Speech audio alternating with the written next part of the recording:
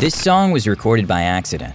The guitarist tried to destroy it on purpose. The BBC banned it, and the guy who wrote it spent 15 years calling it, and I quote, crap. It has 2.3 billion streams. This is the story of Creep. But I'm a creep. It's 1988. Thom Yorke is 20 years old, studying English and Fine Art at the University of Exeter, and he is, by his own admission, a mess. He was born with a paralyzed left eye. 5 surgeries before the age of 6. None of them fully worked. He grew up convinced people were staring at him, not because he was interesting, because something was visibly permanently wrong with his face. So he did what anxious artistic people do. He formed a band. They called themselves On a Friday, because that's when they could book the school music room. It's nothing new. Your own self-pity. They were not famous. They were not even particularly good yet. But they had Thom Yorke, and Thom Yorke had feelings he couldn't say out loud. And at university, somewhere in the corridors of Exeter, there was a girl. We don't know her name. We never will. What we do know, from Johnny Greenwood, the band's guitarist, is that Yorke followed her around campus for, quote, a couple of days or a week. He never spoke to her. He couldn't bring himself to. He just watched, from a distance, convinced she was perfect and he was not. That experience, obsessive, embarrassing, deeply human, became a song. And then it sat in a drawer for 4 years. Because here's the thing about Creep that most people don't know. Radiohead didn't want to release it. They didn't even want to record it. The song existed because a producer grabbed a tape and hit record when nobody was paying attention. It's 1992. Radiohead, now actually called Radiohead, named after a Talking Heads track, are in a studio in Oxfordshire with 2 American producers, Sean Slade and Paul Kolderie. The assignment? Record 2 singles, Inside My Head and Lurgy. Neither session is going particularly well.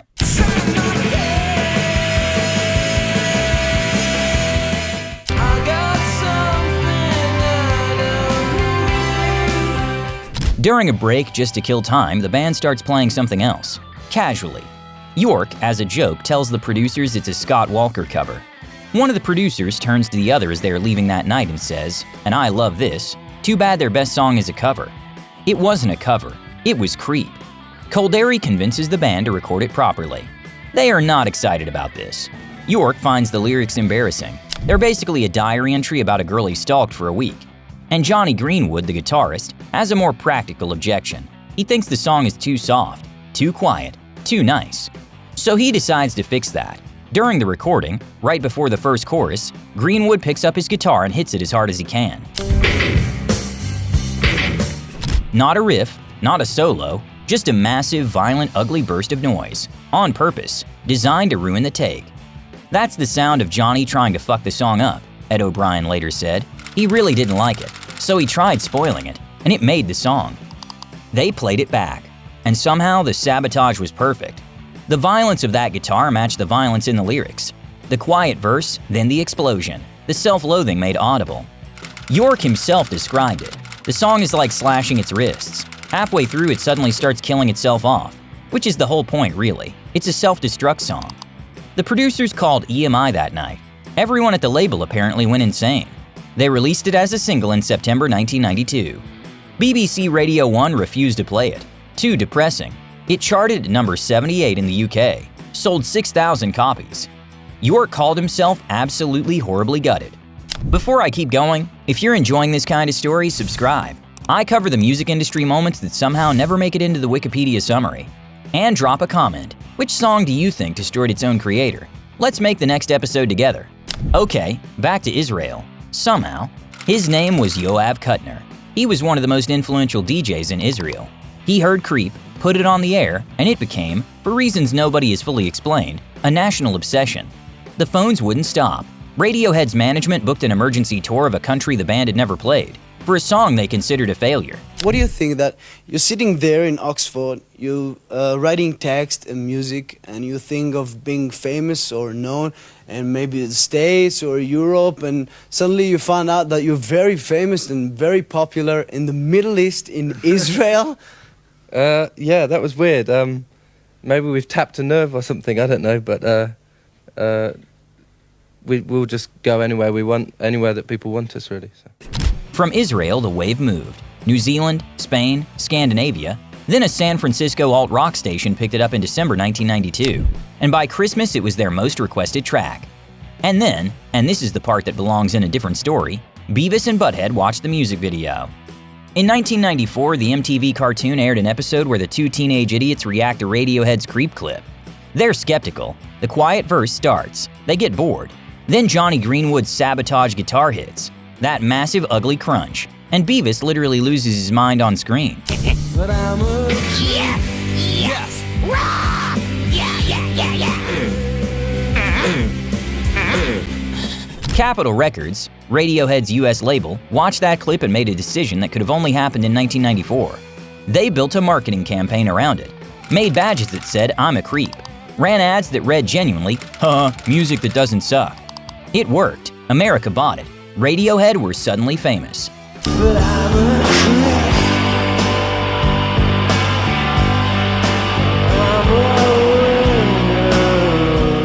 They had not planned for any of this. Nobody had. Oh, and while all this was happening, the band got sued because Creep sounded a bit too much like a 1972 Hollies track called The Air That I Breathe, written by Albert Hammond and Mike Hazelwood. The chord progression, the melodic shape, close enough that the publisher took legal action. If I could make a wish, I think I'd pass. You soar like a feather in a beautiful world. Radiohead didn't fight it. They admitted the influence. Hammond and Hazelwood got co-writing credits and royalties. They've been collecting money from Creep ever since. The kicker? Albert Hammond Sr. is the father of Albert Hammond Jr., the guitarist of The Strokes. 2 generations of rock history, connected by a chord progression Radiohead borrowed in their bedroom, and accidentally turned into one of the biggest songs of the decade. Here's what nobody tells you about having a massive hit song. Every night, for 2 years, Radiohead walked on stage and played Creep. In small clubs, large arenas, countries they'd never been to. Audiences showed up for exactly one thing. And then after those 4.5 minutes they left, literally got up and walked out. There was a point where we seemed to be living out the same 4.5 minutes of our lives over and over again, Ed O'Brien said. It was incredibly stultifying. Yorke started telling audiences to fuck off when they called for it. He refused to talk about the song in interviews.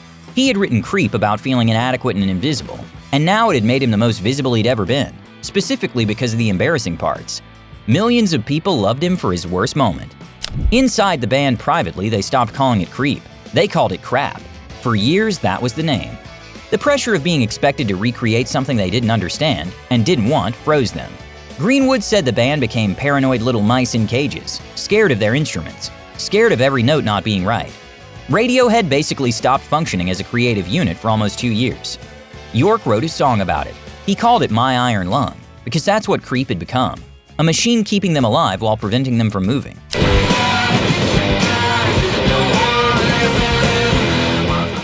He told Rolling Stone, "People have defined our entire emotional range with that one song. I saw reviews of My Iron Lung that said it was just like Creep. When you're up against things like that, it's like, fuck you. These people are never gonna listen." By the late 90s, Radiohead had basically erased Creep from their set lists. At a Montreal show, Yorke told the audience to leave him alone. On the OK Computer tour, arguably the greatest album of the decade, he would not play it, would not discuss it, would not acknowledge it existed. The song had 2.3 billion streams. He called it crap. Both things are true. In 2008, Prince played Creep at Coachella. Not a quick cover, he extended it to nearly 10 minutes, transformed it, made it something else entirely. People who were there called it extraordinary. Someone filmed it and posted it on YouTube.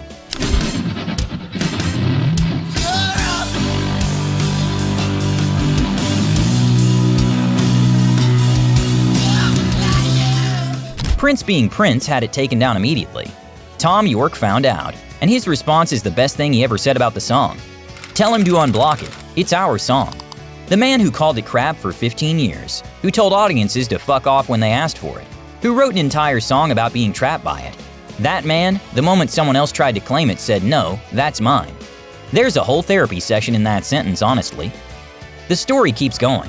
In 2018, Radiohead's publisher threatened to sue Lana Del Rey because her song Get Free sounded too much like Creep, which itself had been sued for sounding too much like The Air That I Breathe. Music copyright is just plagiarism all the way down. This is my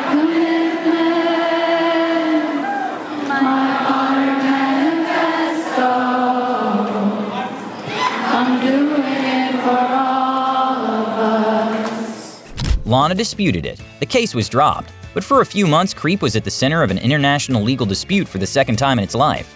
A song that started as a private confession about a girl in a university corridor.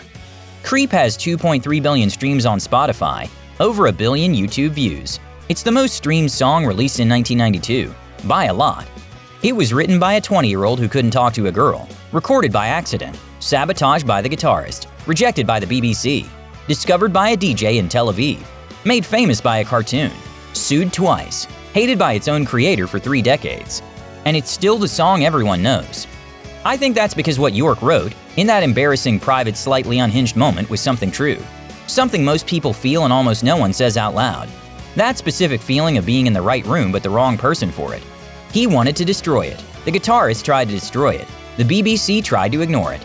Turns out you can't kill a song that says something true. If you watch this far, you're my kind of person. Subscribe for more of these music industry stories that are way weirder than the official version. And seriously, drop a comment with which artist you think we should cover next. We're building the list. I'll see you in the next one.